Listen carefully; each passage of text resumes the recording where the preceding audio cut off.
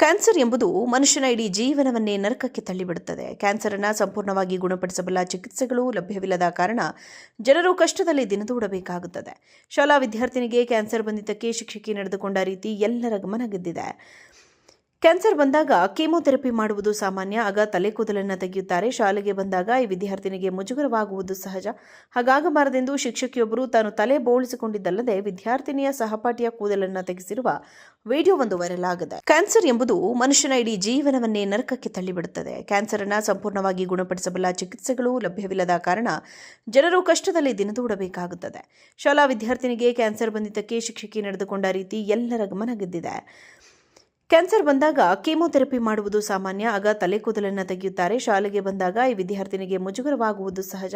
ಹಾಗಾಗಬಾರದೆಂದು ಶಿಕ್ಷಕಿಯೊಬ್ಬರು ತಾನು ತಲೆ ಬೋಳಿಸಿಕೊಂಡಿದ್ದಲ್ಲದೆ ವಿದ್ಯಾರ್ಥಿನಿಯ ಸಹಪಾಠಿಯ ಕೂದಲನ್ನು ತೆಗೆಸಿರುವ ವಿಡಿಯೋವೊಂದು ವೈರಲ್ ಆಗಿದೆ. ಕ್ಯಾನ್ಸರ್ ಎಂಬುದು ಮನುಷ್ಯನ ಇಡೀ ಜೀವನವನ್ನೇ ನರಕಕ್ಕೆ ತಳ್ಳಿಬಿಡುತ್ತದೆ. ಕ್ಯಾನ್ಸರ್ ಅನ್ನು ಸಂಪೂರ್ಣವಾಗಿ ಗುಣಪಡಿಸಬಲ್ಲ ಚಿಕಿತ್ಸೆಗಳು ಲಭ್ಯವಿಲ್ಲದ ಕಾರಣ ಜನರು ಕಷ್ಟದಲ್ಲಿ ದಿನದೂಡಬೇಕಾಗುತ್ತದೆ.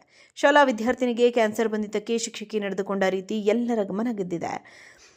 ಕ್ಯಾನ್ಸರ್ ಬಂದಾಗ ಕೀಮೋಥೆರಪಿ ಮಾಡುವುದು ಸಾಮಾನ್ಯ. ಆಗ ತಲೆ ಕೂದಲನ್ನು ತೆಗೆಯುತ್ತಾರೆ. ಶಾಲೆಗೆ ಬಂದಾಗ ಈ ವಿದ್ಯಾರ್ಥಿನಿಗೆ ಮುಜುಗರವಾಗುವುದು ಸಹಜ.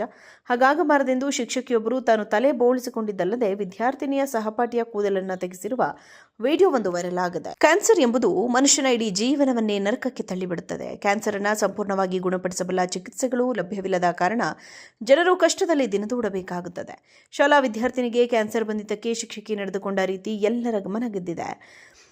ಕ್ಯಾನ್ಸರ್ ಬಂದಾಗ ಕೀಮೋಥೆರಪಿ ಮಾಡುವುದು ಸಾಮಾನ್ಯ. ಆಗ ತಲೆ ಕೂದಲನ್ನು ತೆಗೆಯುತ್ತಾರೆ. ಶಾಲೆಗೆ ಬಂದಾಗ ಈ ವಿದ್ಯಾರ್ಥಿನಿಗೆ ಮುಜುಗರವಾಗುವುದು ಸಹಜ.